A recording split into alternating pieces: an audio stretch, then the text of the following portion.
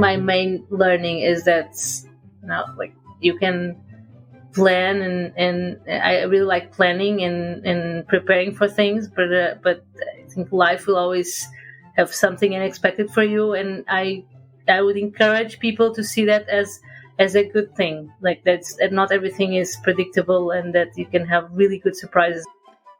Welcome to Normalizing Non-Monogamy, the podcast where we interview incredible people from across the entire spectrum of non-monogamy to hear their fascinating stories. We strive to bring guests on the show who have a healthy approach to non-monogamy. However, it's important to remember that everyone does it a little bit differently, and the views and opinions expressed by our guests do not necessarily reflect our own.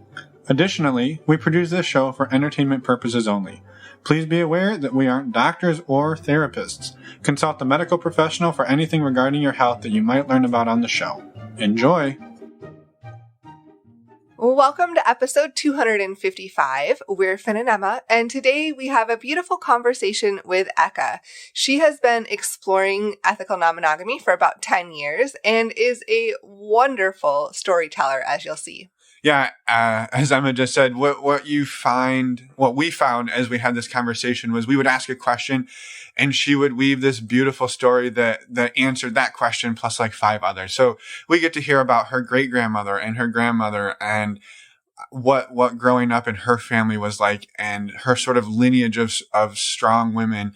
We get to also hear all these amazing stories that start with, well, I wasn't planning on anything happening and ends with like, the most this happened and this happened and this happened. And so maybe she's going to start planning. That's our hope from this, is she will listen and say, I need to start planning for all those things that I didn't plan for.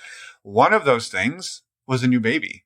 Yes. So congratulations, Eka, on the new little one in your life. We're so excited for you. Yeah. As you'll hear when we start this conversation, she actually got stuck in traffic racing home from one of her final ultrasounds. To get to the interview. So thank you for making it happen, Eka. Thank you for your vulnerability and for coming on and sharing your story. For anyone who is a premium subscriber, we're going to jump into the interview now. And for anyone else, we do have a couple of quick announcements. First up, what is a premium subscriber? You may be wondering, so we'll tell you. You're so generous, Emma. I know. For anyone interested in skipping over the announcements that we have up here at the beginning of the episode, community announcements, potential advertisements, you can go and sign up for our premium edition. That is all skipped, but don't worry, you still get the quick community announcements in the outro, so you don't miss important information. Yeah, and we've set this up to be a pay what feels good. You can pay as little as $2 for a whole year if that's what feels good to you. And again, as Emma said, you get to skip this wonderful, delightful banter, but we will still give you all of the Cliff Notes version so you don't miss anything. Yes. Next up, we've got our community announcements. Yes. So first up is Patreon, and we have a wonderful testimonial from a new Patreon member that we're going to play here. I am a 3-week community member, and I have been so delighted at how welcoming and supportive and kind this community is. I feel so playful and safe and cared for. It's just really lightened my life, and I feel it's such a homecoming in such a loving, safe, and supportive way. I couldn't be happier. Thank you so much for joining the community and for the beautiful words. We're excited to have you part of it. If you're out there looking for community, you can sign up for our Patreon community, normalizingnonmonogamy.com. And yes, I said community a lot, but you're out there. You're out there looking for community. Join us. As Emma said, go to our website, normalizingnonmonogamy.com. Click on the Patreon tab or in your podcast player show notes, or pretty much anywhere we are, you'll see links to the community. We'd love to have you join us and the other 270 plus people who are in there every day, hanging out and supporting one another. Another option is to join our virtual meet and greets. These are open to anyone. You just must be respectful and open-minded. We actually just had one last night. It was super fantastic. And we have another one coming up on October 18th. So you can go to our website and sign up there. We assume it was super fantastic. That's your recording. You weren't going to, you ruined We got to be transparent. Suspense. Well, it's not suspense. That's true. It's not suspense. What if it was absolutely horrible? Now we're going to have to print a redaction. They don't even know. They don't even know. That's true. We will confirm that it was super fantastic in a week. So yes, we are. But we assume. We are recording this intro before the meet and greet. But we assume that it was fantastic, and we would love to have you join us on the one in October. Hey, way to kick ass last night, Emma. High five. Yeah, see? We're going to kick ass, so. All right. We hope you joined us, and we hope you had fun, and then we hope you join us for the next one. The other fun announcement is that we now have sweatshirts available. Give Love sweatshirts. So as we go into the fall season, for anyone here in the Northern Hemisphere, we'd love for you to check out the warm and cozy hooded sweatshirts. Yes. And we're not going to describe them anymore because you know what a hooded sweatshirt is. Right. So go check those out. They're right on the homepage of our website, which is also where you can sign up for the premium subscription that we told you about 25 minutes ago. It's just all on our website, normalizingnonmonogamy.com. While you're there, I recommend you wear your sweatshirt. You're going to have to roll the sleeve up. Yeah. When you go give blood at stdcheck.com. Well, right. Technically, you give blood at like a LabCorp or a Quest, but we use the service stdcheck.com to sign up and get tested. That's the service Emma and I have been using for years and years.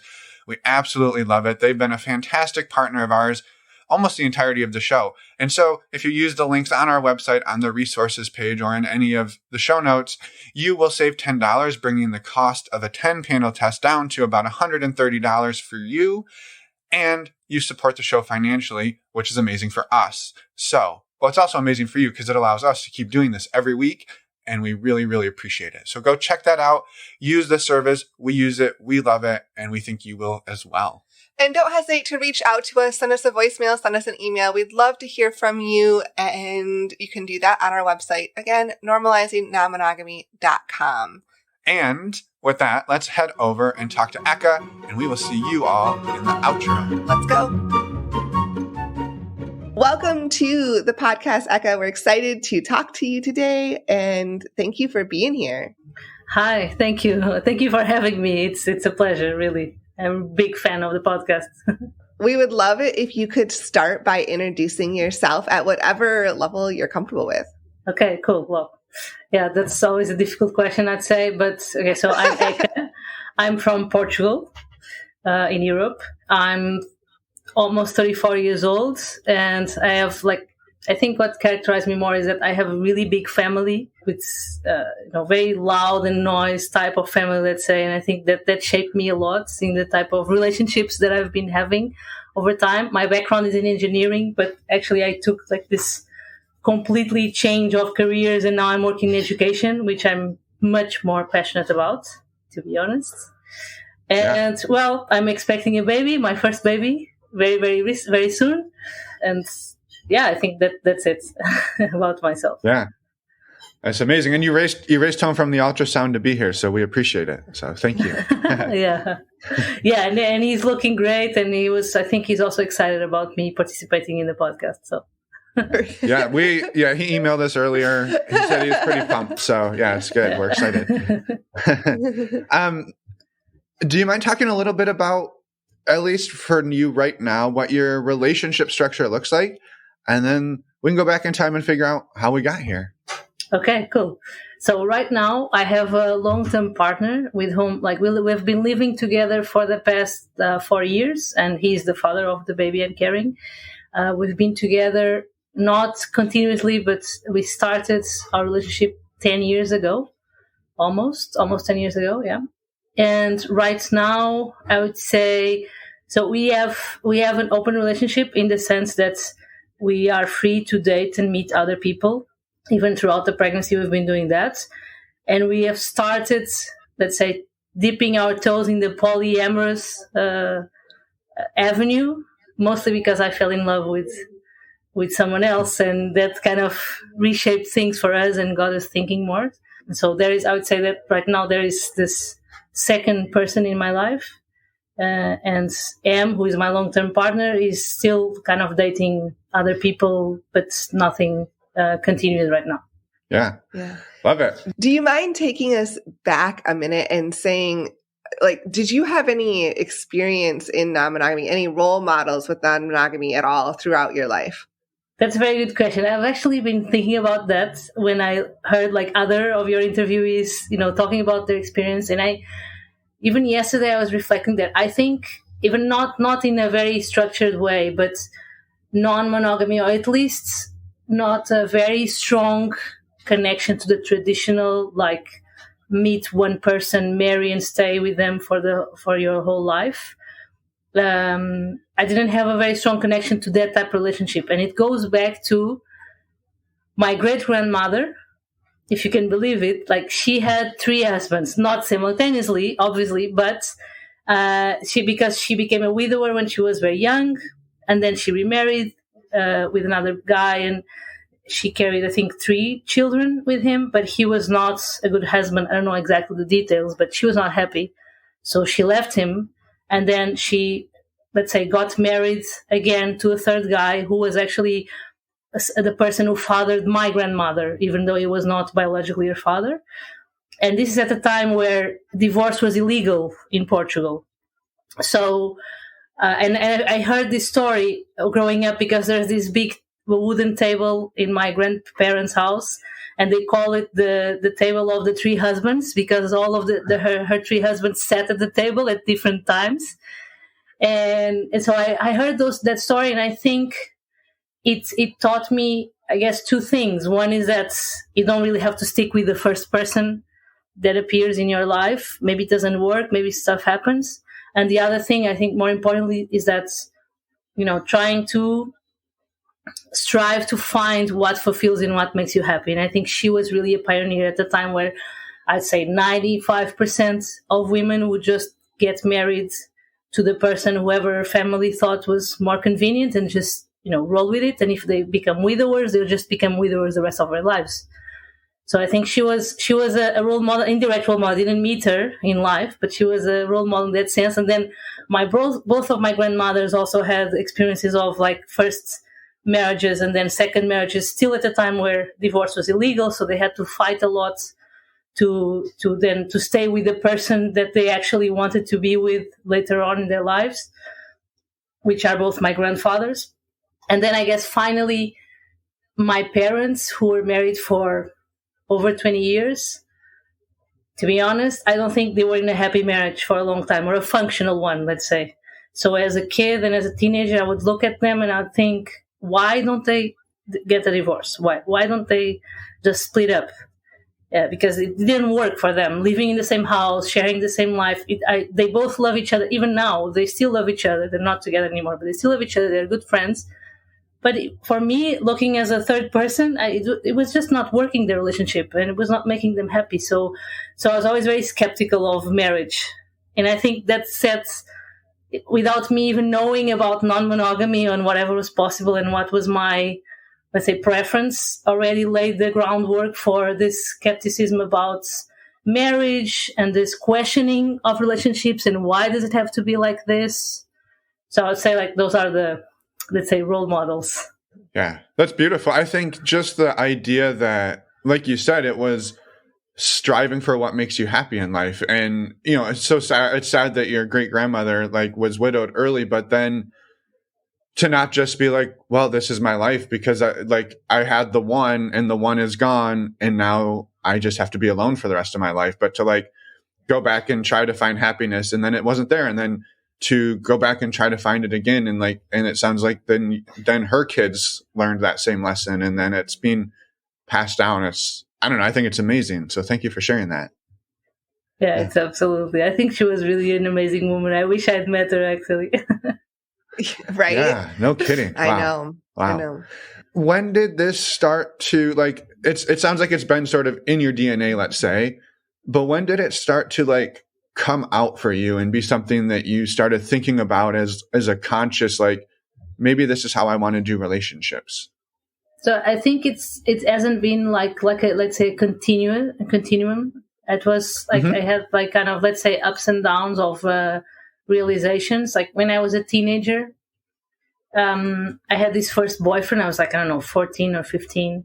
And it was a very, let's say, I had this traditional idea. Let's say I fell in love with him. It was all very cute and romantic. And it was the first kiss and the first holding hands and everything.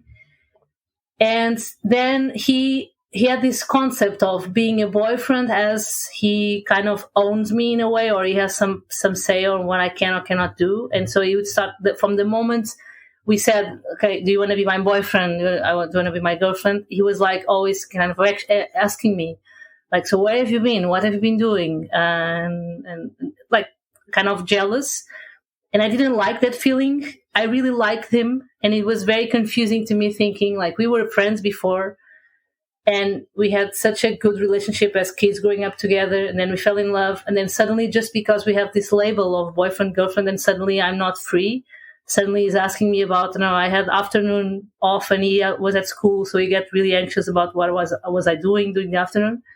So after 9 months of relationship, out of my, let's say, 14-year-old maturity, I decided to break up with him.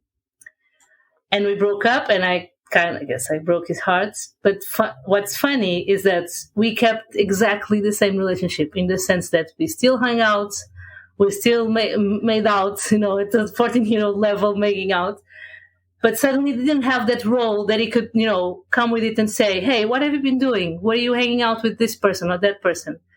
And then I was like, okay, so I just have to take off the label, and then it works fine. It works fine for me. I don't know. Maybe it didn't work for him. We didn't stay together longer. But so that was, I guess, my first kind of feeling of being uncomfortable with these labels and these constraints. And then there was another guy friend, who's like one of my best friends to this day. Nowadays, I consider him as a brother. But we have had this, we grew up together since we were 3 years old, I guess. And we evolved into teenage years together, and we have never been in love or never been boyfriend or girlfriend, but we did a lot of exploration of each other's bodies, let's say. So it was like this person who's not my brother, it was very close, and we were very intimate. So even then, we now didn't have a boyfriend. So sometimes this friend would come and we would, kiss or do whatever sorts of things that teenagers do. And I would do this with him, and then I would also do this with this, the ex-boyfriend. And I remember this friend, he was totally okay with it. And for him, both of them knew they were even friends with each other. And this friend was very okay with it, and it was super cool for him. But for the other guy, who was actually in love with me and more jealous, obviously, he was uncomfortable with it, but then he actually accepted it. And we had a lot of conversations at the time, like through 15, 16, saying, okay, if you don't want to do this, it's fine. We can just be friends. But then we had a lot of chemistry. And so I guess that was my first non-monogamous relationship of sorts. But I didn't put too much thought in it at the time, right? It was just, let's say, I don't know, having fun. And now in my mind, it's I'm not cheating on anyone. Everyone knows about everything. I'm happy about this. I don't feel guilty. I think I was very lucky to be raised in a way with, especially, I guess it's my mom's credit, that I didn't feel guilty about my sexuality or about exploring it. So I was just rolling with it. But then when I was 19, I fell in love with this other guy at college, and he was the most, let's say, he's the most romantic person I've ever met. He's saying, I love you and I want to be you forever, after, I don't know, a month. And I completely jumped into the traditional monogamous relationship with him for 5 years. And during those 5 years, it never crossed my mind that anything else would be the way. Yeah. And everyone in my family knew him. Everyone was thinking that obviously you're going to get married, because we dated since I was 19 until I was 24, all throughout college. And he was the one who had all those ideas when we met. For him, that's what he wanted for himself. He wanted to find the one. He would say that I was the one. He wanted to get married. He wanted to have kids. I never really wanted to get married, ever as a kid. I wanted to have kids, but not get married. It was not something on my idea. But when he talked about it, and throughout the years, I kind of got myself, let's say, get convinced about this concept, and everyone around me was doing it. So it's I guess this is it. Yep. Until after 5 years, our relationship was not doing well I guess for the past 1 or 2 years, it was not, in retrospective, it was already kind of dying in a way. We were becoming just very good friends. It was not the same. And we were preparing to move in together because I was starting to work, and it was like the logical next step, right? Like, I'm starting to work, I'll have my own money, he has his own money, so let's move in together. And I realized that I was excited about this chapter, not because I was moving in with him, but because I was moving out of my parents' house. And this was the moment where I said, okay, I don't think this is a good reason to move in with someone. Right. So it was like the process of breaking up with him started with this idea, and then we broke up. And that's after this breakup, this is when I really started dating as an adult for the first time, because I only had been with him as an adult. And this is when I started online dating, and I met different people. And this is when I was introduced to the concepts of non-monogamy. I dated this Canadian guy who had previous experience in it, and he was the first to introduce me to even the words, polyamory or non-monogamy. I have never ever, read anything or thought about it. And it was really an eye-opening experience because it made so much sense to me. So this is when everything started, let's say, in a more formal way. Yeah. And that was almost 10 years ago, it sounds like, or around 10 years ago. Yes, exactly. Wow. 10 years ago. Yeah. Yes. Summer of 2012. Wow. And so hey, that's basically the same time frame as us. Anyway. Now you're making me feel old, but if you're on the same time frame, then it's okay. Well, you're younger than us. Yeah. So you said like you kind of were introduced to it through dating apps, and it sounds like it kind of just made more sense for you. How did those first couple of months or years, like, because there's like wow, this seems like it really works for me, and then there's the like actual practicing it. Yeah, there's the, oh my God, I actually have to do it. How did those two line up together? Yeah, well, it was not very intentional. Because this Canadian guy, we had this 2-week romance. He was just passing by Portugal. I was completely madly in love with him for those 2 weeks, and I was not really. And then he didn't have a future, so he didn't really consider anything else. And I knew he had another relationship back in Canada, and he was the one with whom I discussed a lot of these concepts. And then at the same time, so throughout those, let's say, few months where I was single and dating. And by the time, by the way, at least in Portugal, online dating was really, really a taboo topic. Like, no one would really do it or talk about it. It was not even apps. I remember it was on a computer. So it was like this already, like, just being online dating was like already a kind of a weird thing to do, let's say. Yeah. And I met a lot of people during those times, made some friends, nothing really serious. The one person I met during those times was M, so the person I'm right now with. So I met him, right away, right after the Canadian guy. So it's really, really, really fast that we found each other. But we were still, so when we met each other, I think the way we did, I think, let's say, I separate our relationship in 2 parts. Like the first part in which we did a lot of mistakes. And a lot of things went really, really wrong. And there was a lot of suffering and drama. And then there's a second stage where we are right now, where things are just much, much smoother. But back then, when I met him, he told me he didn't have a lot of experience dating. And he was, let's call him a late bloomer. So he was at that stage where finally I'm out there. Finally I'm dating. I don't want to commit to anyone or anything. I just want to explore and live my sexuality and express myself. And I really respected it. And I was like, I just came out of a 5-year relationship, so I'm also not looking for something serious. So we're just having fun together. So from the beginning, it was, let's say, a non-monogamous relationship in that sense, that we are dating multiple people, but without any rules, any structure, any communication. So you can see how it didn't really work out really well, right? So this was the first few years of our relationship were like this. But naturally, we just spent more and more time together. I had much stronger feelings for him than I have. I was not in love with anyone else, I say, during those first few years other than him. And I was still, part of me was still hung up on the concept of the monogamous relationship. I was not at the stage where I am now. Yes. Well, I was going to say, you said you were very much in love with him. You didn't really have interest in anything else, but you two were still sort of doing we didn't put a rule on this. There's just, we're going to do us. How did that line up? Like, I can see that being extra hard. If you're like, I'm super in love. I don't want anything else, but he wants to explore everything about himself. I could see that being quite challenging. Yeah, it was very challenging, especially because he would not admit that he actually had really strong feelings for me. Like, he acted like it, but he would not admit it at all. He was very, very, now we have done all the dissection, but he was, I think, very scared about what this meant, being, having this strong connection to someone and somehow feeling that this person can really hurt you or they can go away. And so during those years, we had really ups and downs, whereas at times we were in practice monogamous. Like, in theory, he could be looking for people, but he was not dating anyone. I could be looking for people and I was not dating anyone. Then every now and then there was this opportunity came along. I remember one time, let's fast forward 2 years time. Like, we've been together for almost 2 years. I was going on a trip on my own.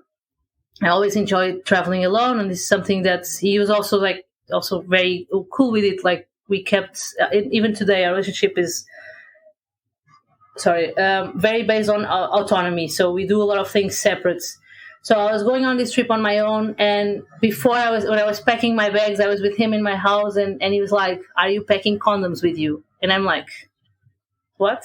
And he's like, "Yeah, why not? Like, you're going to be alone for 2 weeks traveling. You're going to meet people. So why not?" And my mind was not set on that at all. Like, I was not thinking about it. But then he put that on the table, and suddenly I'm thinking, yeah, really, actually, yeah, why not? If you're okay with it, and the opportunity comes. So I did pack condoms in my bag. So here I go on this 2-week trip, and I kept talking to him about whatever I was doing on the trip, but we didn't agree on, if you meet someone and if something happens, how are you going to tell me or not tell me, and when? That's an important detail. Yes, now we know this. We didn't know this at the time. So, and I was very naive because I went away thinking, obviously nothing's going to happen. Like, I'm not going to meet anyone. Like, I'm not that interesting, or I'm not that interested. So I was putting my expectations really low. But obviously, as you can imagine, I did meet someone. And it was just this very one-time thing. It was very physical connection. But it happened, and I was grateful. I was actually thinking when it was happening, when we just, this person was in the same trip as I was. So we had this few days where we were just only just smiling at each other and nothing really happening. And I was really thinking, wow, I'm really grateful to M that he actually gave me this opportunity, because otherwise I would just, kind of shut myself down in order not to let anything happen. So I was very happy about it and feeling very good about it. And then when I came back, I didn't know when or how to tell him. And he found out by a really stupid it was really silly thing. I just come back, first day we met, and we were even spending the night at the hotel to, we missed each other, just have some quality time. It was holidays. And he said something about, I used to have a lot of UTIs at the time, and I said something about, oh, look, I haven't had one in I don't know how many months or weeks. And he said, yeah, but you haven't been having sex, which is one of the, can be one of the causes. And suddenly I turn red, and suddenly he turns white, so he was completely shocked. And now it's funny, but back then it was awful. He felt so bad. He was really hurt. His feelings were really hurt. I could see it in his face. He was really anxious and really upset about it. And and he knew rationally that I hadn't done anything wrong. And I also knew it, but the feelings were there. And I even told him, it's not worth it. It's not worth how you're feeling right now for me. Because it was just a one-time thing. I could live without it if it saves you that pain. So that was for me, it was a tipping point, in the sense that I realized that we were not doing this right and something had to change.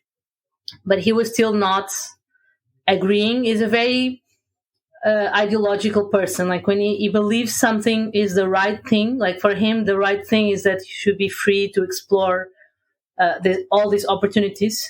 Even if his feelings are not, yet there. Yeah. He wants to push himself, which I don't agree with, but it's his choice. So he was like, no, nothing. After all the drama, he's like, no, nothing changes. You can still, we're in the same situation.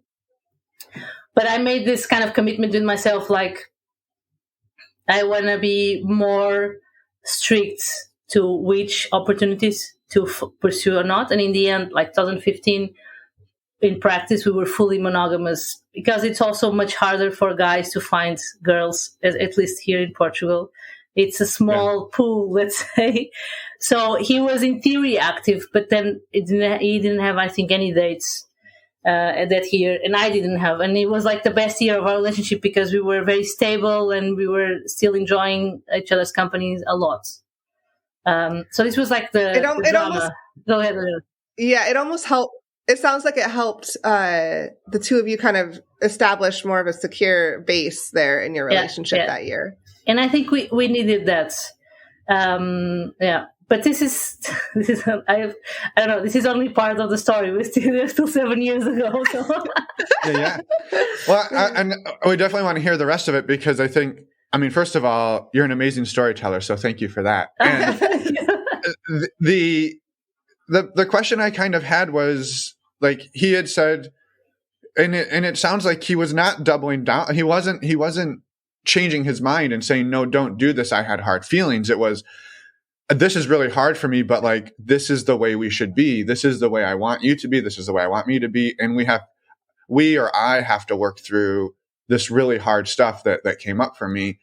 But it sounds like for you, it still caused you to pull back a bit. Did you feel at that time like you were then having to like give up part of who you were? But I mean, you also said like the next year was like one of the happiest and most secure in your relationship. So those things are very interesting and like contrasting to each other. Yeah, I think it's a very good question. I think at the time I was working in consulting, and it was a very intense work style, and I was traveling a lot for work.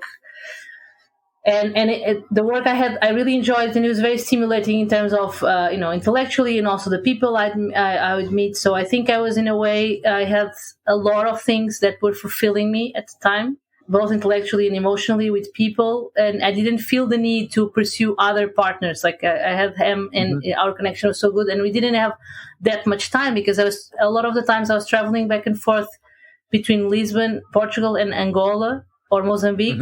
In Africa. Wow. So it's like long distance traveling. I would come back home for like a weekend. So I didn't have the bandwidth then to really feel like I missed something. Actually, I missed having more time with him. Yeah. That makes sense. And so the only times I really, let's say, used the non-monogamous, let's say, agreement we had were these like more opportunistic situations where, I was on a trip and there was this guy, and there was another situation. I was on this party and there was this guy. We were dancing and some things happened. So it was like in the moment, if I had this feeling of why not, and I had this, let's say, green light from M, I was like, okay, why not? Then let's do it. But then I realized like the cost that it was having for him and for us, because when, of course, he gets really upset and really anxious and really down, it's also not good for me. Like, I don't want to see the person I love the most like that. So I was pondering, like, is this... at the time, I didn't think this was so important to me that would, make up for the price that he was paying, even though it was his choice to pay his price. So I let it be, let's say, for that year. And I was, like, super busy. And there's, like, that's the kind of twist in our story, is that I was leaving, by the end of 2015, I was leaving Portugal to live in Singapore for a year. And he always said, in the beginning, both of us were saying this, that when you leave, I was going to do my MBA, and the MBA is famous for, meeting people and having lots of opportunities to have different relationships. And he was very, I guess, scared of that. And I really wanted to be free there. So we always said, okay, when you go, we just break up. At the time, it was not, because it's 8-hour time difference, and he was not thinking he could travel there. So the initial agreement was, okay, so we have until the end of 2015, and then we break up, and then we'll see. I changed my mind in the meantime. I wanted to try. I was like, why can't we try? Like, why? Maybe you can travel there and I can travel here and we can do whatever. But he's a very strong-minded person, and he was, and now we think because he was also scared that he would get more hurt. So he really wanted to break up. So by the end of 2015, we actually broke up.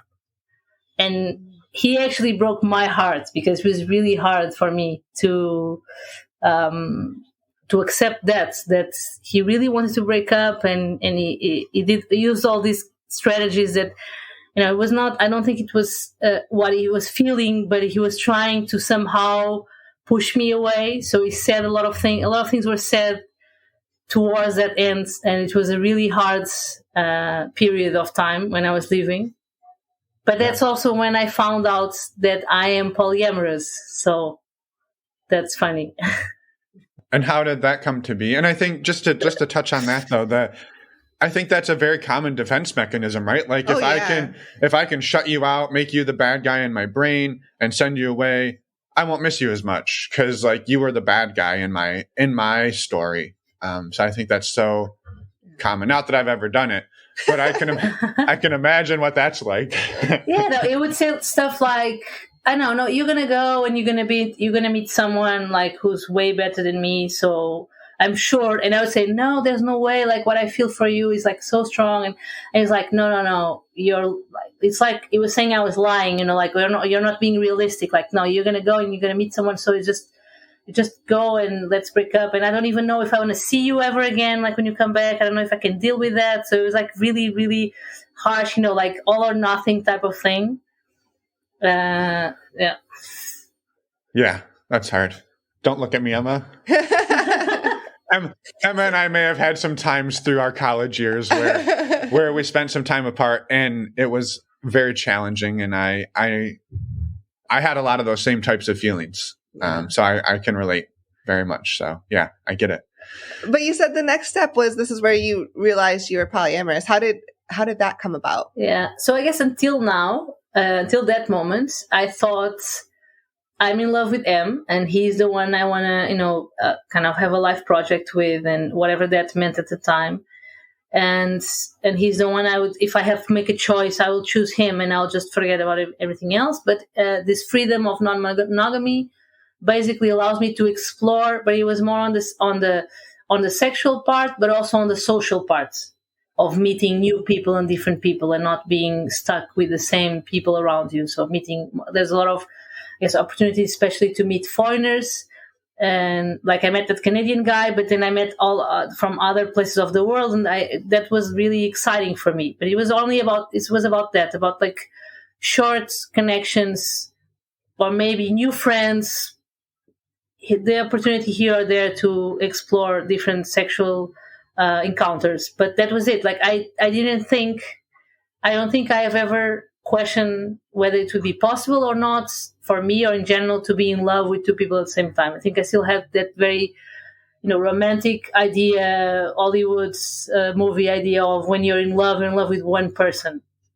I didn't believe in one person for the whole of your life, but at the one person at a time, it kind of makes sense to me. But then, so I left in December 2015 around Christmas time, and I was still pretty much in love with them at the time, I can say for sure. And like I went for a trip in the Solomon Islands, it's close to Australia, before I started the MBA. And it was I used to do diving back then. So it was a diving trip in a boat. So you're like interacting with the same group of people for a couple of weeks. And I didn't know anyone on the boat except for the person who had invited me, was the scuba diving instructor. I knew her for a long time. And all of them were much older than me. So it was like, it was not on my mind at all, being connected in some way with anyone. I was there mostly for the diving and to spend time with these friends because I hadn't seen her in, 5 years or more. And I was just coming out of a breakup. So, of course, life is like, it's not how you expect it to be. So I met this guy. Did you pack condoms? I didn't. Did you pack? I didn't. Oh, man. I don't think. And now I you're did, on a boat. Yes, that was tricky. That was tricky. Yes, I recall. So I met this guy, much older guy. Really not. I mean, again, I mean, the first time I saw him, if someone had asked me, at the moment, like, do you think you're going to have a connection with this person? I would say, no way. Like, no way. And we were 2 weeks on the boat. So from the first week, we were just talking, with different people, but with him especially. And I mean, I fell in love with him. Really did. We had this like really extraordinary connection, not only intellectually speaking, like we had a lot of conversations. He's originally from India. Now he's been in America for a long time, but so different cultures. So there was this connection about this mutual curiosity about culture, but then we had also this, I want to say, I don't know if it's emotional or spiritual connection. And then also, my surprise was we also had a physical connection. Because up to that point, I was like, yeah, fine, okay, I can connect emotionally, intellectually with people from different age groups, different cultures. But let's say I wouldn't think that he was my type if that thing exists. But then we had a really strong physical connection as well. And then we fell in love. And I'm pretty sure he also fell in love with me. So it was a very, I think, special thing that went on after the trip. We were living in separate countries, but sometimes he had some travels that would bring him to Singapore or close by. So we met for a few times throughout the months after. And I was like, when you're at that stage where you listen to the romantic songs and it makes you think about that person and you're like really excited. And he knew about M, and I told him all about him. And that was really also special about our relationship, was that he knew everything, like what I was feeling and what I had lived. And it didn't matter. Like it was not competing with him. And when I thought about M, I still had very strong feelings for him. And we actually kept talking, like messaging, although he had those strict feelings about thoughts about pushing me away, then we didn't stop talking, which was also, I think, a mistake, but yeah. So we were still connecting at points, and we actually met after a few months. I came to London and he went to London. He went to London on purpose to see me, even though he was saying that he was just seeing me as a friend. No one really believed that except for him, I think. But when I saw him after 3 months, so I had been in love already with this other guy, V, and then I saw M, and the feelings for M were still there, like really strong. And I even came back to Singapore thinking, oh my God, I'm completely screwed. Like, it's been 3 months. I still have very strong feelings for this guy.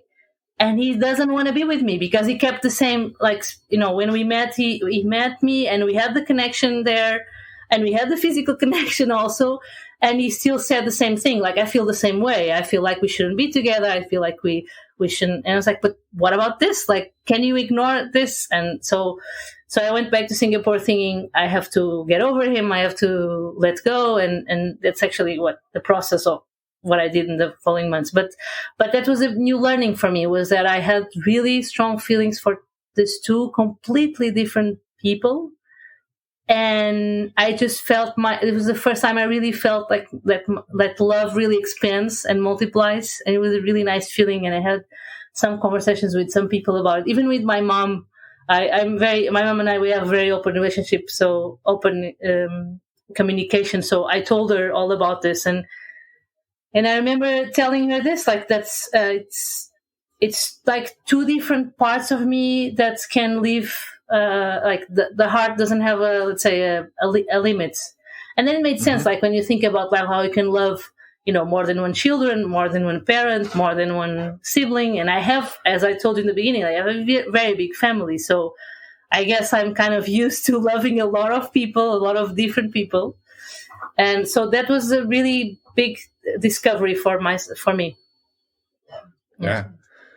And at a incredibly challenging time of flying across the world to start grad school, and now you're in love with two people and figuring out what that means. That's a lot to happen all at once.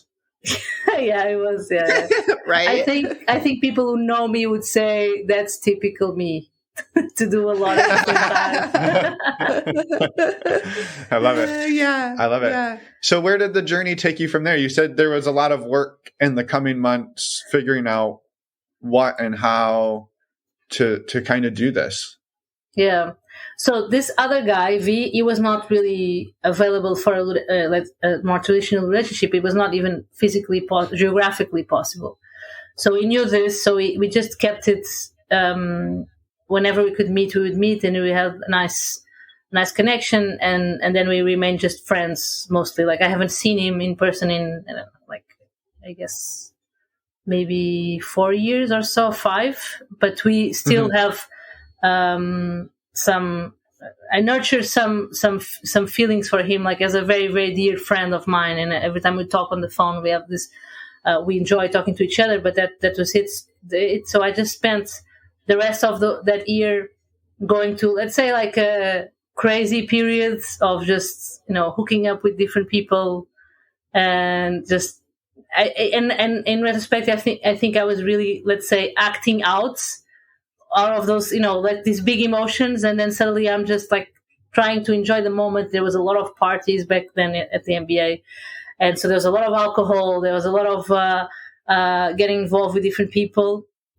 And then I spent some time traveling in India then the year afterwards. And that time I did kind of the opposite. I was like, okay, now I want to focus on just traveling. I was traveling on my own, just being on my own, just enjoying more peaceful life. I'm not looking for relationships or any type of connection. So it was more like an internal journey for me where I was trying to, I guess, make sense of everything that happened. And even I had a lot of anger and sadness towards M, especially, that I hadn't digested. So this is 2017 now. So I took that time to do that. And then I came back to Portugal. So I was still working in consulting, and we have there's that thing where they will sponsor your MBA and then you come back to work for the company. So I was coming back to work here, and as I come back to Lisbon and I start, the city is, I still live in Lisbon, so the city is full with memories of me and M. We spent most of our relationship here. So as I come back, everything starts flooding back. All the good memories, the good parts. And I was speaking to some friends, and my friends were saying, no, you have to forget him. Like he hurt you a lot. Like you suffered a lot after the breakup. But even during the relationship, there was a lot of drama. Like it was not healthy for you. So you shouldn't talk to him. So yeah, I had that stage where like, should I talk to him? Should I not? We hadn't spoken in like a while. And funny enough, my other grandmother, from my father's side, was already passed away, and she was a very wise woman. and she saw me, and she asked me. So all throughout the time I was dating M, he was not my boyfriend, like officially. I even told him, people referred to him as my pseudo boyfriend or just my friend. And my grandmother, she knew about it. She had met him, but she knew he was just a friend. But of course, she knew looking at me that I had strong feelings for him. So when I went and visited her, and she asked me, what about that friend of yours? And I'm like, oh, seriously, like, it's like she guessed it. Like, and I'm like, actually, Grandma, I've been thinking about him a lot. Like, I haven't seen him in more than 6 months, and I've been thinking about it, but I don't know if it's a good idea to see him. And she looks at me and she's like, I think you should see him. I think you should. I'm like, you think? And she's like, yes. And she didn't know, any of the context. She never had the details. She just knew there was a friend. She met him like a couple of times, so she had that. But she had this intuition of sorts. Like when I broke up with my first boyfriend, she guessed it also, and she told me, I had already sensed that you two were not, in the same wave as before, and I think it's better now than later on. And she left her first husband after having 3 kids with him, which must have been like super hard, especially in the 50s. So yeah, it's right. Kind of, she had this wisdom, So when she told me you should see him, I'm like, okay, screw all my other friends' advice. My grandmother, she's 95. She should know something. So actually, she was 97 already at the time. So then I went and I texted them, and I was like, "Hey," so we started talking, and we went for coffee. And I mean, this is like, he mocks me a lot for saying this, but I swear it was true. Like when it was like a movie. Like when I saw him, I felt like struck by lightning, in the sense like all the feelings were there, all the big feelings and the good ones. So I think I was over the grief, over the hurts, and the feelings, the love remained. And my first thought was like, what am I going to do? Like, he probably already has a new girlfriend. He has moved on with his life. And he did have a lot of experiences and relationships. And he was kind of afraid to jump into the pool with me, so of speak. But we met and we talked, and I was very upfront. I'm very upfront. Like, after that coffee, we just met for, 1 hour or two. After coffee, I told, look, I don't know what it means, but I just know that I'm looking at you and you're not just a friend. Like, I really have strong feelings for you. So if you just want to be like regular friends, I don't think I can do that. But I also don't know what this means. Like, it's not like I'm going to marry you tomorrow. Like, I don't know. I just think you should know this. And he was not surprised. He knows me and he knew me very well. And then we took a few months to, get reacquainted and think about what we wanted. And a few months later, after the summer, we got together. And this time, I think we did it right. So this time we said, okay, we're going to get together and we're going to be monogamous, at least for a while. Although we both believe in non-monogamy, we both believe in having freedom and in autonomy and polyamory as well. But for now, what we need is to just be together, so with each other. So that's what we did. So for, I think it was a year or maybe more than a year, but we just connected, just the two of us, and it was really, really important to it build the trust, it build the communication that we hadn't before. We eventually moved in together. We did all the, let's say, more traditional things, but I think are really important to establish that, solid foundation. You really have, I believe nowadays, that you really have to have a really strong foundation before you're going to rock the boat with other people and other feelings and very unexpected things. In the end, it's very uncertain. So that's what we did for a while, until he has this very good friend. She has had 2 boyfriends for the longest time. Like, they have this very stable arrangement, which at the beginning it sounded very weird to us, but like, so she has 2 long-term partners. She lives simultaneously with both. Like, some days of the week she lives with one, and other days of the week she lives with the other. And she's very good friends with M. And he went for lunch with her one day, just as friends, even though they were, I say, more than friends sometime before. But they, like, this relationship that she has, it's at times it's open, at times it's closed. So they go back and forth on that. So he went for lunch with her, and they obviously talked about this relationship dynamics and how is it going for her. And then he came back and he told me about the lunch, and he was like, we haven't talked about this in a while. And I was like, yeah, what are you thinking? And I don't know. Do you think it's time? I don't know, maybe. So that's when we got back in the non-monogamous relationship dynamic. And this was just before COVID, so it was not a really great timing, but... Yeah. So a few years ago, like, yeah. Yeah, exactly. Ago. So you're now sort of, you and M have decided to open back up. There's a pandemic just about to wash over us and keep washing over us forever. And how do you choose sort of navigate from, let's call it, spring of 2020 until today, the last 2 years or so? Yeah, it was actually a bit before. It was 2019. We still had a few months, let's say, of freedom before the pandemic hit. And I think that this is when I think we became better at managing things. So the first thing we agreed on was that we were going to take it very slowly, very step by step. We actually set some ground rules. Like, I really like writing stuff up on paper. It really helps me. And so we sat down and we wrote, like, what were the ground rules, even though we knew that we could revisit them afterwards, but there was some upfront. Yeah, exactly. And it was, so the beginning was, okay, I'm gonna restart my app the online dating app profile, and I'm gonna check out what's happening. Then suddenly, because of the imbalance of there's way more guys and girls, and suddenly I'm talking to like 10 different people. And he told me, okay, I'm getting a bit overwhelmed because you have like 10 people going online conversations only going on, and I have like maybe one. So let's slow it down. And I slowed it down. So we went like kind of step by step, and then, okay, I want to go for a date. What do you think? Is it okay? Should I book a date, and when and how and what do we have? Like in the beginning, we had we would set like some physical boundaries, like, okay, you can kiss or you can do whatever, or I'm gonna come back latest by midnight.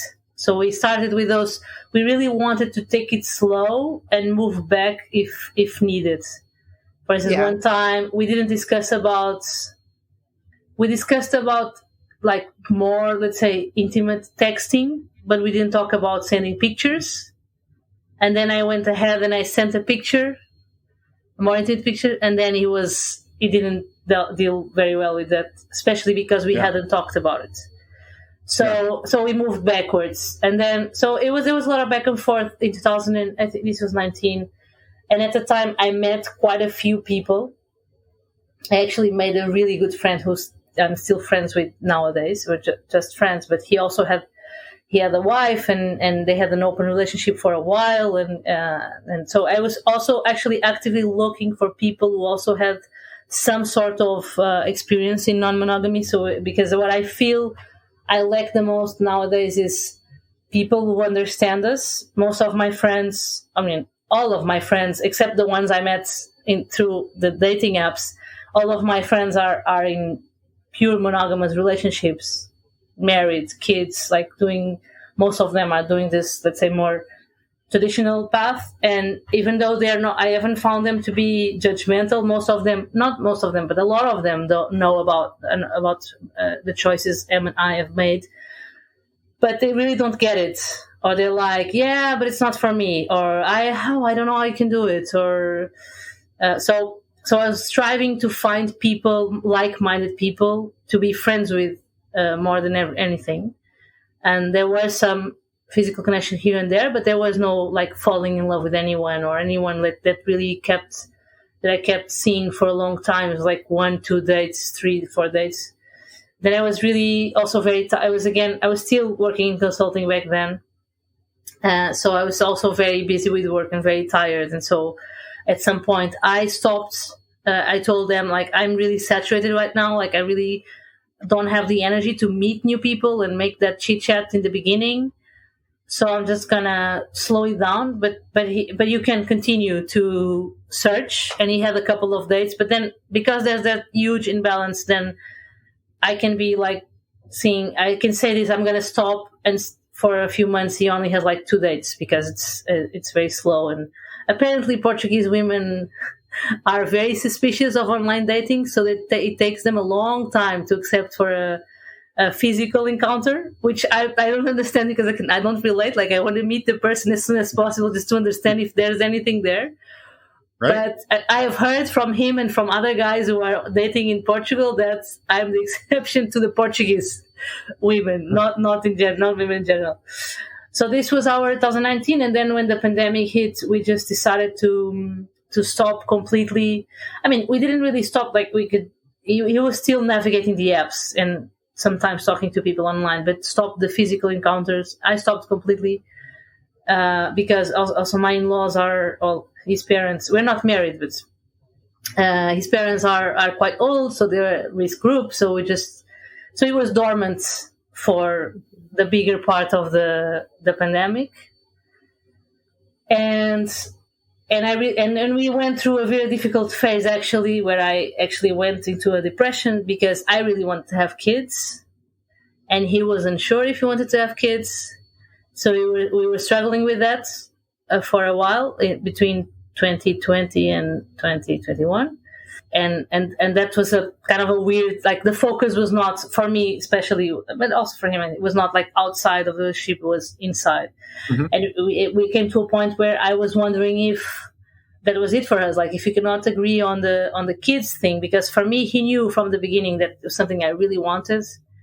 And I was like, I don't know, 30, 32 at the time, 31, 32. And it's like, I think now is the time. Like, I've waited. I changed careers in the meantime. It was not the right time. Fine. But then it came to a point where it was like kind of the breaking point where, how long am I going to wait before he makes up his mind? Because it was not like he didn't want to.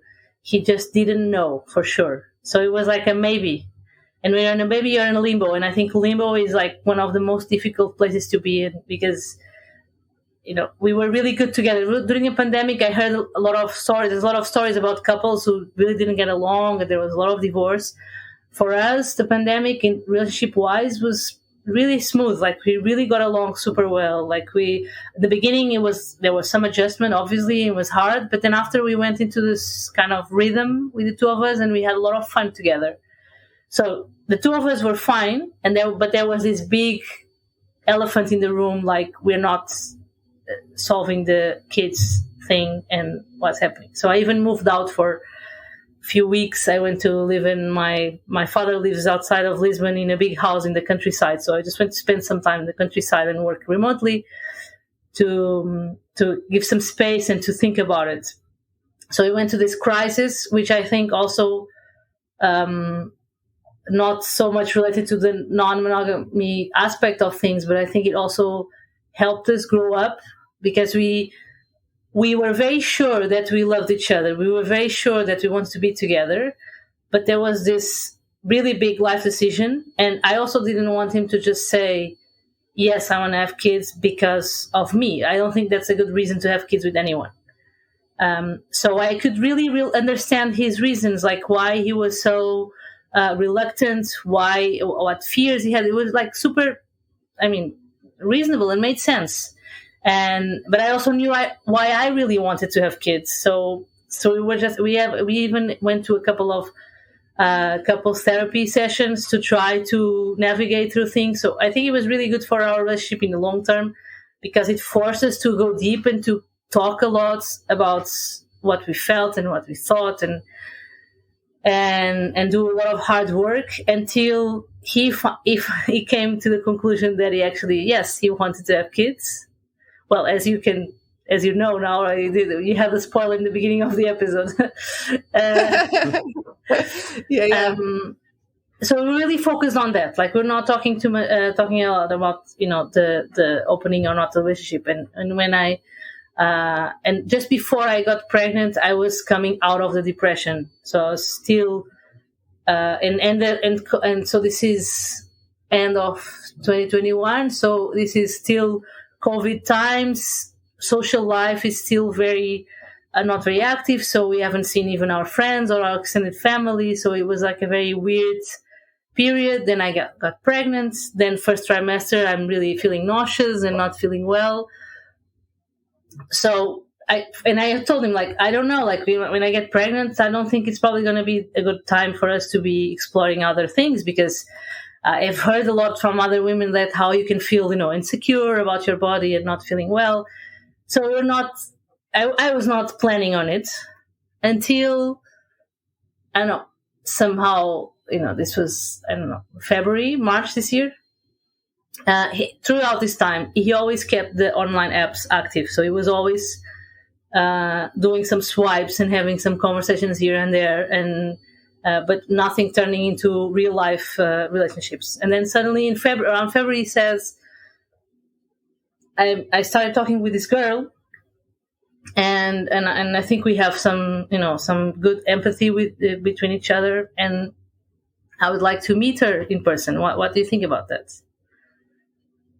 And I was like, I thought about it. I was not feeling especially insecure. And I was feeling very confident about our relationship. Like, we had just been through the biggest crisis ever.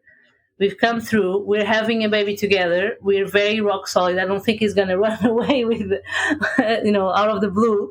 So I'm like, yeah, sure. And it has been like, contrary to me, like, I have like many friends from many different moments in my life, and he's a more of an introvert than I am. So he has like only like one or two like close friends. So on dating for him is also a way to expand his social circle.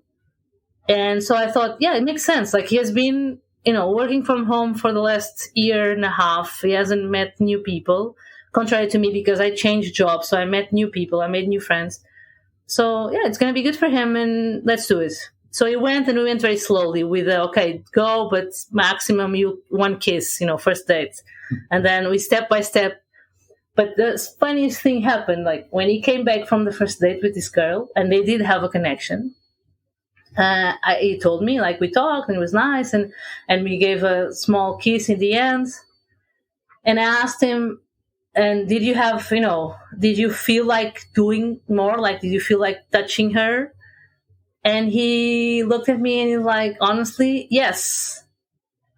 And what I felt when he said that was, I felt really turned on, which was a big surprise for me. And then I read about how in second trimester of pregnancy, for some women, because of the hormones, your sex drive can go up to like crazy levels. So that happened to me. So suddenly he says that, and I'm like, and I said, look, like you told me this, and I'm feeling stuff. So maybe I also want to get back out there. I wasn't expecting that. So contrary to what we had planned, the pregnancy has been a very prolific time for our non-monogamous relationship. So I activated my online apps, and I started also like looking for people. And this girl that he met, they actually have I think a relationship. She was here in Portugal only for 3 months, and for the whole period of her stay, they kept on seeing each other, and it evolved quite a lot, the relationship. I actually even met her at some point, so it was really it was really a different stage than what it was. We were really exploring different things than we had before. Right. Yeah. And so how did the dating go for you? Yeah, so I learned from my previous experience that I got really tired about the first dates. So I do this for work. I have to travel to the south and to the north of Portugal. And I had this kind of a joke, let's say, that I was going to find maximum like one person in the south, one person in the north, one person in Lisbon, like, let's say a friend, whatever, like someone who I could have a good time. So I was very, I don't want to say picky, but I was very conscious about not starting to talk with like 10 people at the same time. Like I was talking to one person, and if the conversation was interesting and if there was something there, then let me just invest there and see where it goes. So there was this guy I met in the south and we talked a lot and we had a good connection. We had the first dates, but then it didn't go more than that. It was nice acquaintance. And then there was this guy I met in the north, and he had 2 girlfriends, and we had that connection about how he doesn't have also friends that have open relationships. So it was also like me looking for people to share these experiences. So we had that connection mostly, and I had a couple of dates with him. And it was really funny because he was a very different kind of guy that he didn't really fit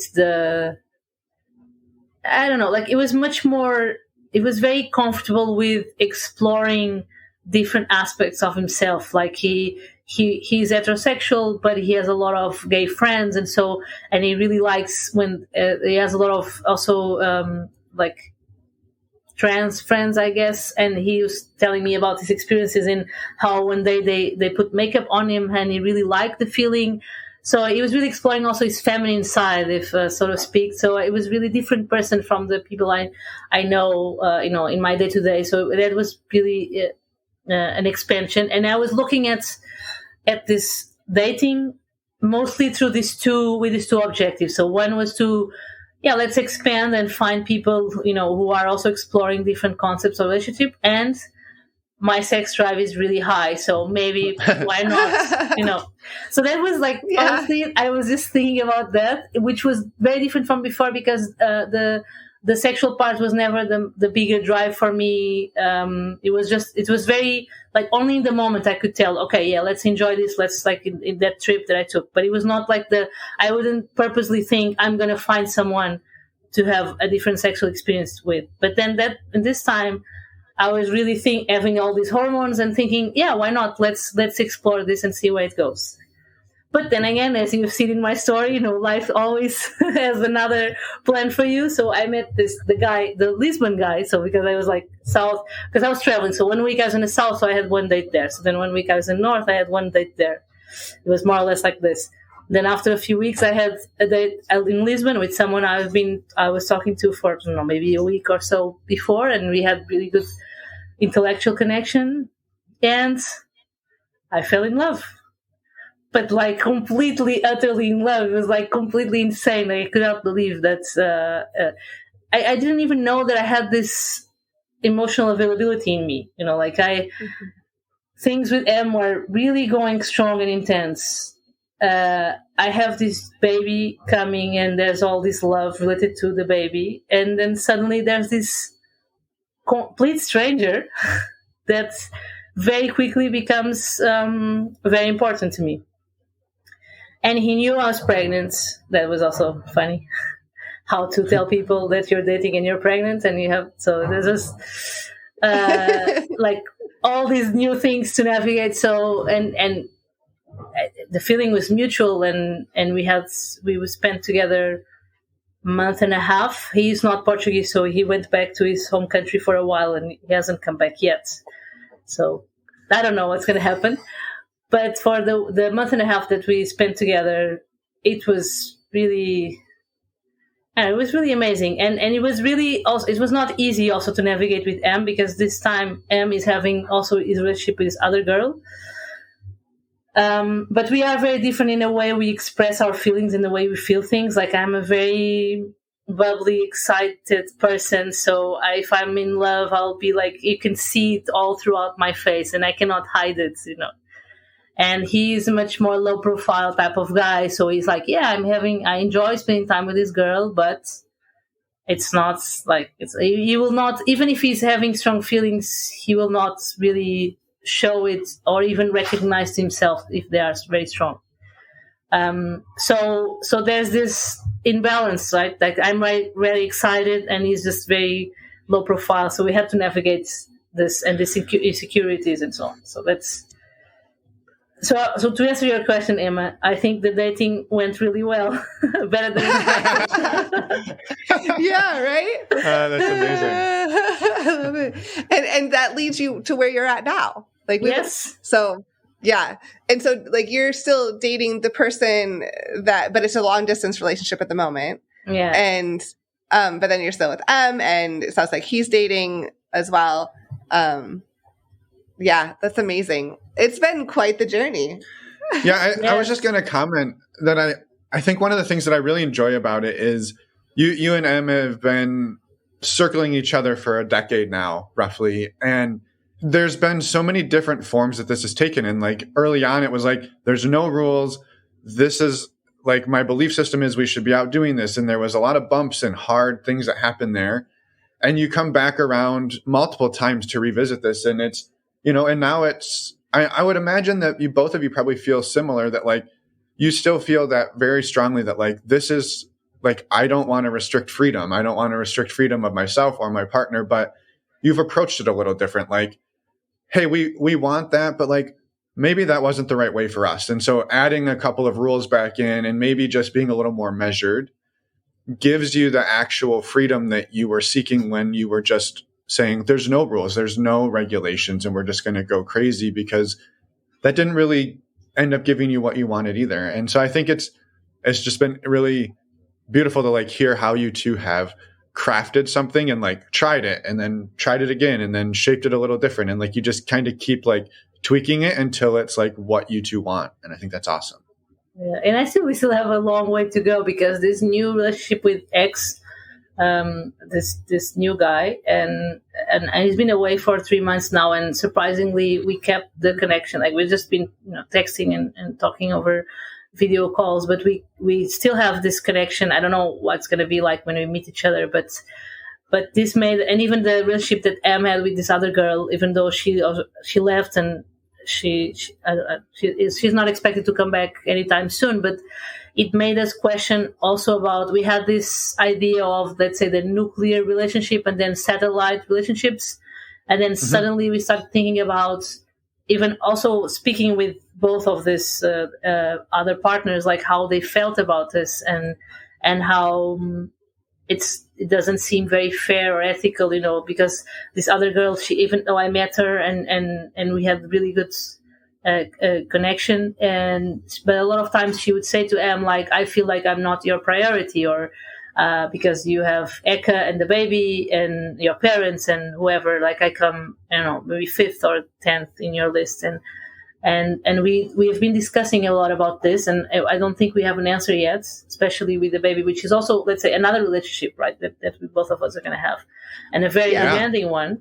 Yes. How to navigate this, because when I think about, especially when I think about X, he is a very important person to me, and I really want him to be happy and fulfilled. And he also has his own things that he needs to figure out, because he's also not sure if he wants a non-monogamous lifestyle for him. Like, he comes from a more conservative background, and there's a lot of pressure for him to get married and so on, something that I and Em, we don't have to deal with.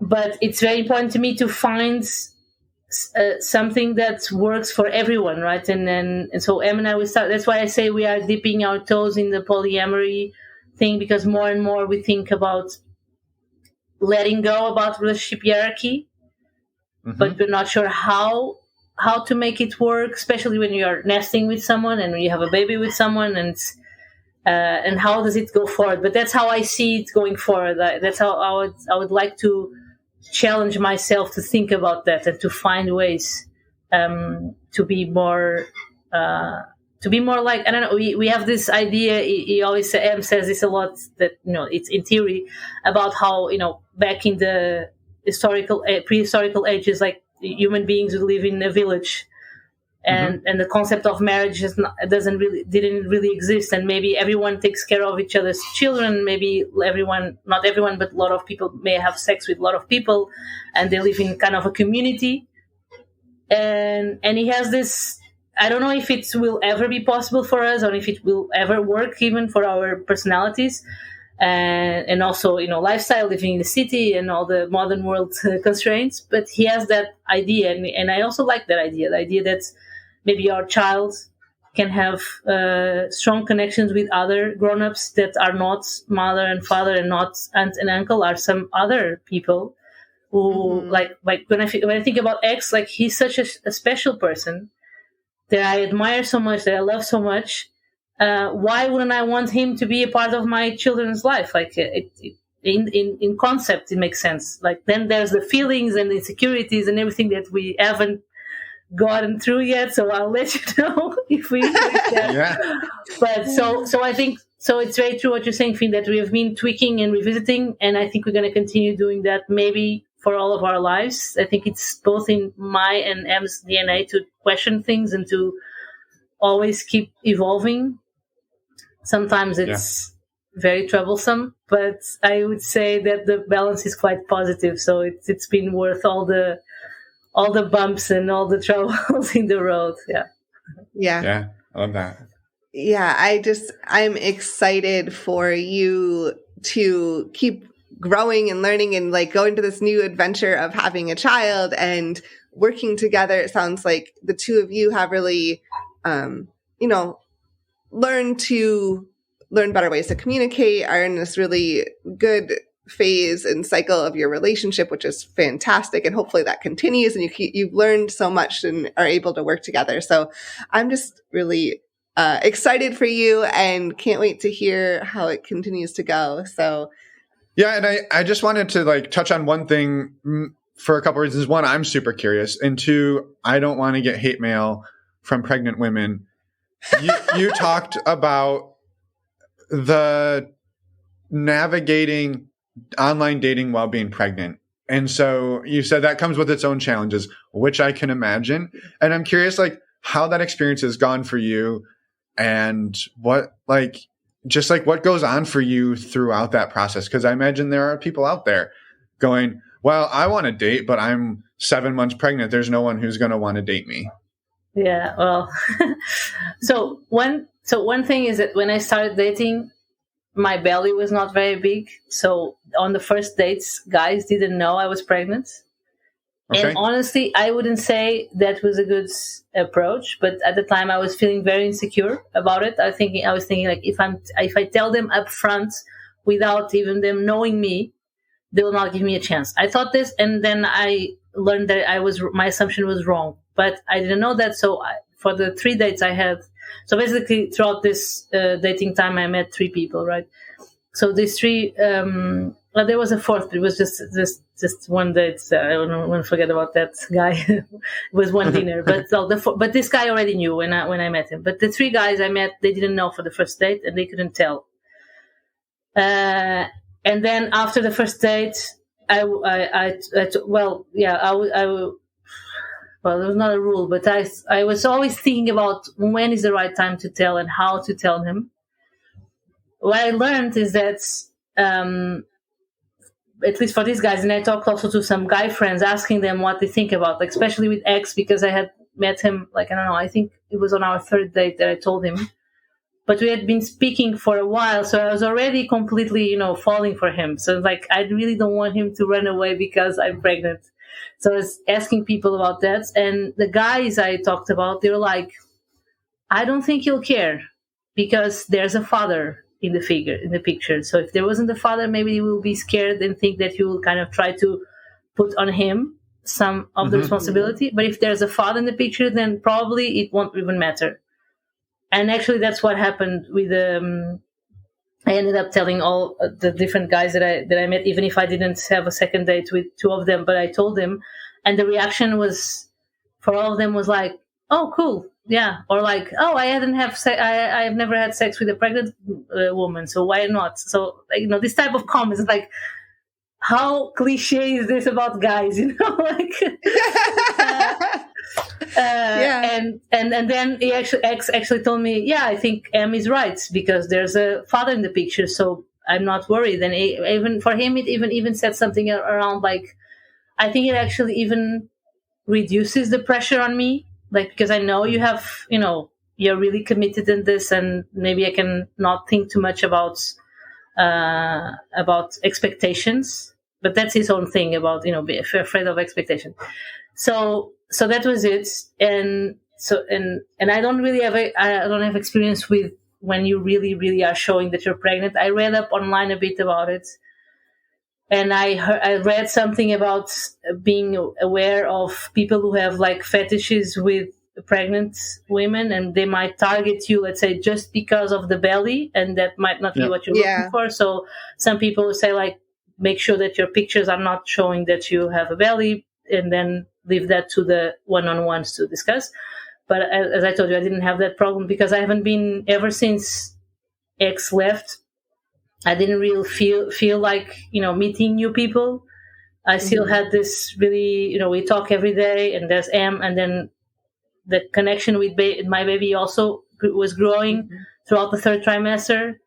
And a lot of priorities at the same time. So I haven't met anyone else. So I guess that's it. But for me particularly, I think it's been really, really, let's say, helpful and positive, because I felt in the first trimester when I was feeling very nauseous and I was not feeling good about myself. I was really tired, and I got COVID, and it was not a good experience to be pregnant in the first few months. And then after that, with the second trimester, I know it doesn't happen for everyone, but the energy was back up, sex drive was up, and having this positive feedback all around, also from M, but from other guys, it really made me feel sexy and good about my body and good about myself and good about the pregnancy. And I think it helped even physically in my health. Like I'm at the end of pregnancy, and I've been hearing a lot from other women that I look really well and I look really energetic. And I think big part of it, I've been thinking about it, is that this has brought me this vitality, let's say, this energy that has been really, really good and powerful. And I was really not expecting. And I have a lot of friends who are also pregnant right now, and and they have very different experience, like for pregnancy. And there's some guys who really don't want to have sex with their wives or girlfriends when they're at the end of the pregnancy, and I haven't been facing that problem. So I'm very grateful for it, because I think it's been really, really good. Like, I'm really big right now, and I still look in the mirror and I feel sexy and I feel good about my body and I feel happy about all of it. So for me, it was very positive, but I cannot say that's going to be the same for everyone, obviously.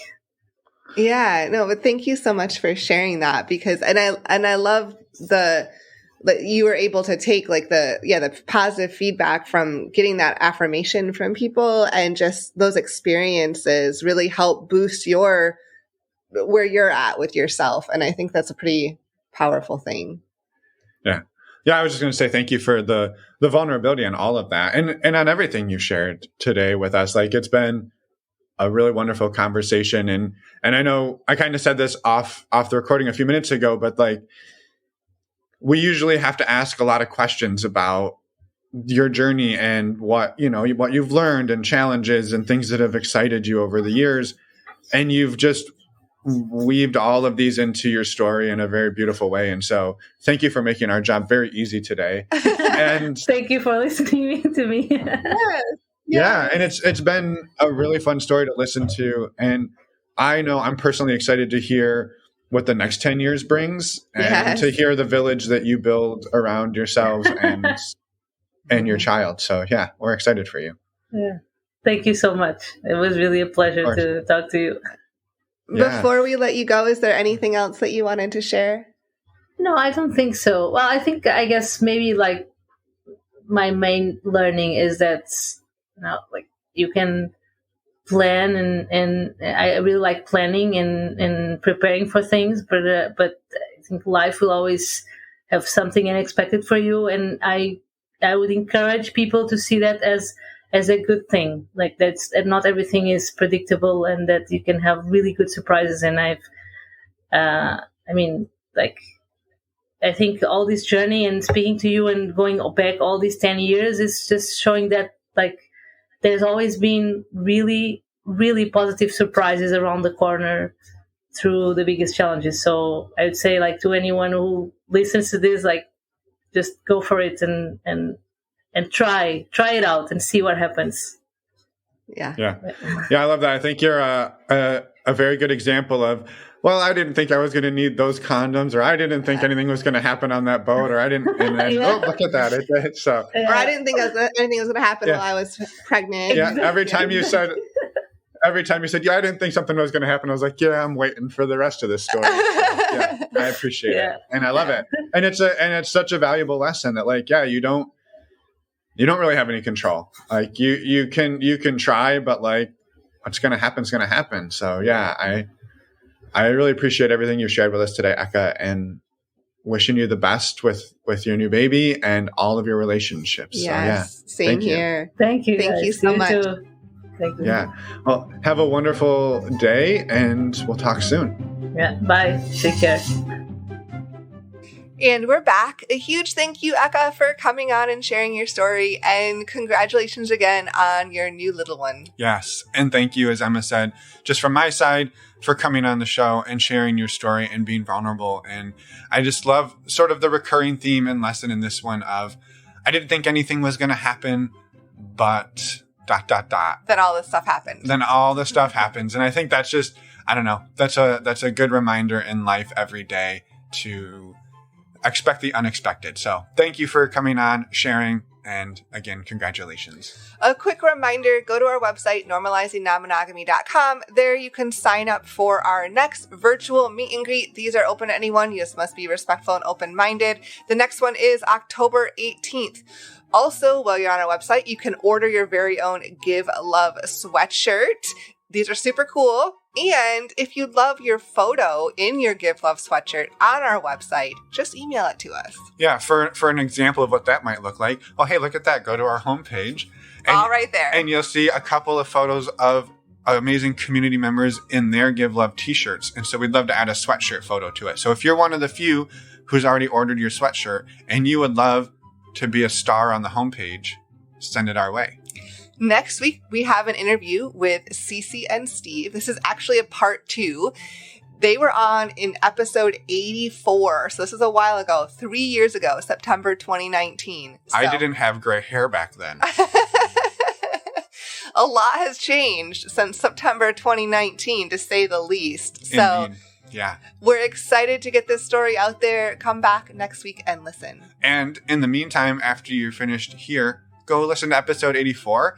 And just to call it out, yes, Steve comes back on without Cece, still trying to protect her identity, but we actually got to meet her. So, yeah, it's cool. Just throwing that in their face? Just throwing it in their face. That, like, no, because it's like, hey, she's real. She's real. We saw her. We did get to meet her, yes. And so, yeah, check that episode out. Super fascinating. And the update is fascinating as well. So, we will see everybody next week. We hope you have a wonderful rest of your week. Take care. Bye, everyone. Thanks for listening.